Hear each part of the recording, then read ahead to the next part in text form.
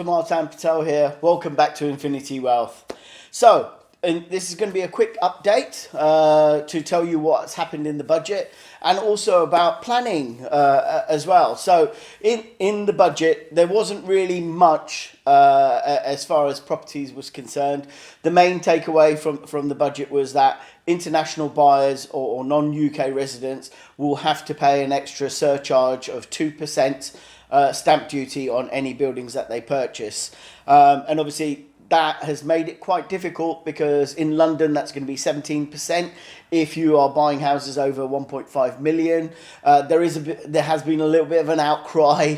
I read in the Financial Times that a lot of people are complaining, saying that this could actually dampen the London housing market.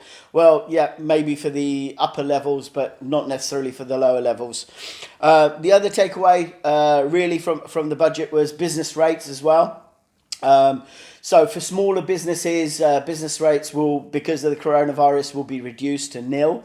So it'll be a holiday for a year at least on business rates, which is great if you're doing a mixed use conversion, or you're looking at purchasing mixed use buildings, and also if you're doing a commercial to resi development as well, where you'll find that while you're doing the planning stage and building it out, you're not going to pay any council tax, which is brilliant. So that's really good news. There was changes on the national insurance contributions as well. So the threshold limit was increased. The other thing that it is very important is also entrepreneurial relief. Now, a lot of developers like myself and my friends, we use SPVs. SPVs are special purpose vehicles. These are limited companies that we set up to purchase buildings in, which we have the hindsight to actually sell on, so that money is kept within that particular structure. We then gain entrepreneurial relief and distribute that cash to our investors or whoever's taking part in that project. Now, the threshold limit on that was 10 million. That threshold limit will be reduced now to 1 million. I don't expect that will affect a lot of people, but the larger developments that we're doing and we've done in the past, that will affect it. Okay, so just going back to the planning. Now, the paper will be published in the summer, but the main takeaway from planning is that they are allowing, under permitted development rights, to build another story on top of the building. Now, that's great. If you're looking at office blocks, you can potentially build another story on top of that, but that paper will be published in the summer. So we're eagerly awaiting what will be said in that. The other thing that is also included in that, which I will include in the video, there will be a link to the planning paper so that you can see of what was published on Thursday.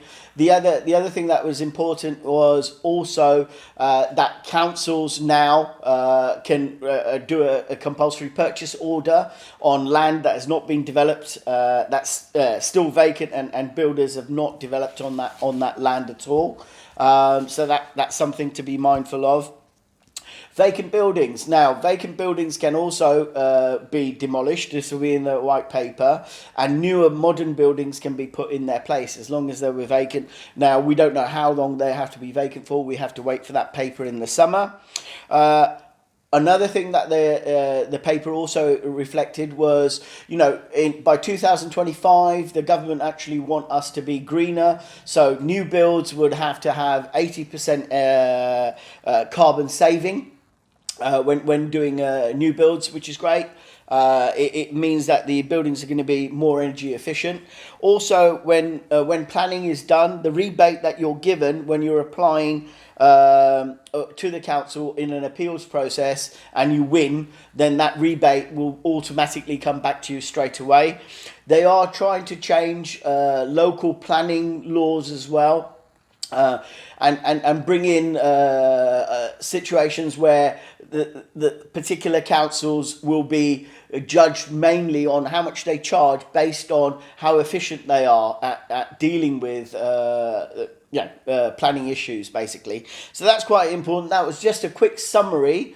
Like I said, that will be linked in into this video. Now, I hope you've enjoyed the video. It has been a quick update, and that's what I wanted to do. I'll do another update or I'll do another video next week.